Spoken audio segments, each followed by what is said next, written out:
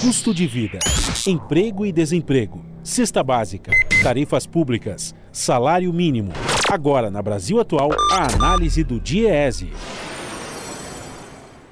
E nós vamos fazer contato agora com o diretor adjunto do DIEESE, José Silvestre. Bom dia, Silvestre. Bom dia, Glauco. Tudo bem? Tudo certo, né? Dentro daquilo que é possível no cenário. Silvestre, nós tivemos aí a divulgação, por falar justamente de coisas que não vão muito bem, de uma previsão do Instituto Brasileiro de Economia, da FGV, mostrando que a massa real ampliada de rendimentos dos trabalhadores deve cair 7% no ano de 2021, depois de ter subido 3,4% no ano passado, principalmente por conta das chamadas transferências governamentais, em especial o auxílio emergencial. Mas agora, sem esse auxílio, principalmente no começo do ano, o cenário já começa a ficar muito ruim para a massa de rendimentos. Isso tem impactos sociais importantes, mas também impactos econômicos, né, Silvestre? Sim, Glauco. Tem impacto nas duas dimensões, né? No econômico e, sobretudo, no social, né? Você tem aí uma junção, né? De um lado, da redução do valor do auxílio. Primeiro, são 3 meses, né, sem o auxílio, janeiro, fevereiro e março. Segundo, você tem o auxílio com valores bem menores do que mesmo aquele último de R$300 que vigorou entre setembro e dezembro de 2020. E ao lado disso você tem aí o aprofundamento da crise, né? Ou seja, o aumento do desemprego, a perda da renda das pessoas, né? E também a retomada de economia vai ser muito mais lenta do que se previa em razão desse cenário todo. Portanto, isso vai resultar numa queda na renda das pessoas, das famílias, né? E, portanto, podemos esperar, já está ocorrendo, o aumento da desigualdade, da miséria, enfim, esse é o cenário que se coloca. Inclusive, né, tem também um levantamento da Tendências Consultoria mostrando como o fim do auxílio emergencial acabou afetando de uma forma decisiva, né, ainda mais num país com uma alta taxa de desemprego como o Brasil, a população mais vulnerável. A renda dos beneficiários do programa Bolsa Família deve diminuir 62,2% em 2021 em comparação com o ano passado.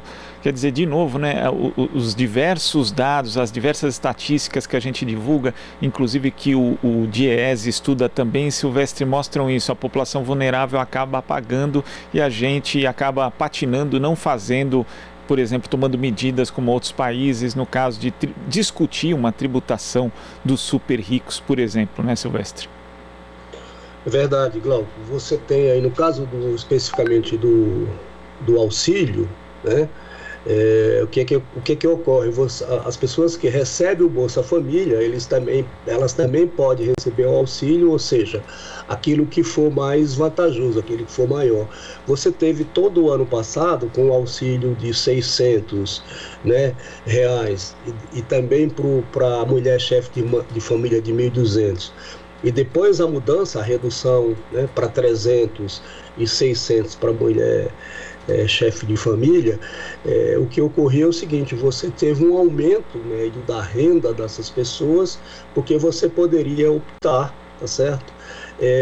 Esse ano, agora, com esse auxílio num valor aí menor, né, que varia de 150 a 375, o que ocorre é isso, quer dizer, vai ser uma queda nos valores da renda dessas pessoas, e que isso evidentemente afeta, né, aumenta a vulnerabilidade dessas pessoas que já vivem em condições precárias, de maior vulnerabilidade, e como você também lembrou, isso tem impacto na própria retomada da economia, ou seja, ela tende a ser muito mais lenta, né? E um outro dado fundamental ao contrário do que tem ocorrido em muitos países, aqui Você não tem nenhuma medida, por exemplo, de caráter emergencial, de taxação dos super ricos, das grandes fortunas, de patrimônio, enfim, que pudesse fazer frente, né, você quer dizer, a obter mais recursos emergencialmente para poder, digamos assim, né, com essas políticas de transferência de renda para essa população mais vulnerável. E isso cumpriria os dois objetivos, ou seja, amenizaria o sofrimento e a dor e a falta de renda para adquirir, por exemplo, alimentos, como a gente tem visto, né, Glauco? Muitas famílias já passando fome, passando necessidade, inclusive tendo uma campanha de solidariedade e de doação de alimentos, né? Então aqui a gente não tem isso, infelizmente, né? Os países adotam isso, uma política emergencial de taxação, né, de quem pode pagar, ou seja, dos mais ricos, né? Infelizmente aqui isso não acontece.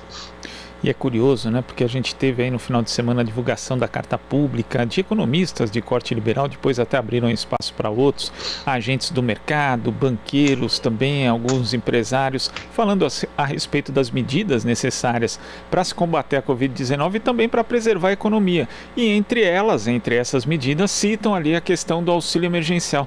Só que o Brasil ficou aí 3 meses, né? 4 meses sem o auxílio emergencial. As pessoas não puderam ter direito a esse benefício, a despeito de todos os estudos e de todos os alertas, inclusive do próprio DIEESE, a respeito da necessidade de se manter o auxílio emergencial para justamente ali a economia ter algum tipo de fôlego. Mas isso não foi ouvido, vem essa carta, vem tardiamente, infelizmente, né? Mas antes tarde do que mais tarde, como dizem, né, Silvestre? Agora o Brasil tem que pensar de fato nessas iniciativas aí para preservar justamente o bem-estar da sua população mais vulnerável e também fazer a roda da economia girar. Sim, eu acho que a iniciativa, né, desse conjunto de pessoas, né, banqueiros, empresários, economistas e outros, né, pressionando, ela ainda que tardia, eu acredito que é bem-vinda. Vamos ver, né, Glauco, se isso surte efeito, né? Porque ali tem um pedaço grande do PIB, né? Enfim, do sistema financeiro e de outros segmentos da sociedade brasileira. Certamente muitos desses, né, devem ter apoiado inclusive o atual governo, né? Mas como você tem um governo que certamente também está prejudicando, né? Não prejudicando apenas a população brasileira, mas deve estar certamente tendo reflexo nos negócios, eles fizeram esse movimento. Mas eu repito, é bem-vindo, né? Nesse momento, Glauco, a gente precisa de tudo quanto é apoio para podermos, né, a sociedade brasileira precisa para poder fazer frente a esse estado de essa tragédia que a gente está vivendo, né, no Brasil. Sem dúvida, é urgente que a gente consiga achar, né, encontrar esses caminhos para sair desse cenário de crise sanitária, crise econômica e crise social que o país vive hoje, infelizmente. Silvestre, queria agradecer a sua participação aqui no Jornal Brasil Atual. Até a próxima. Obrigado, Glauco. Conversamos aqui com o diretor adjunto do DIEESE, José Silvestre. Você está ouvindo Jornal Brasil Atual. As notícias que os outros não dão.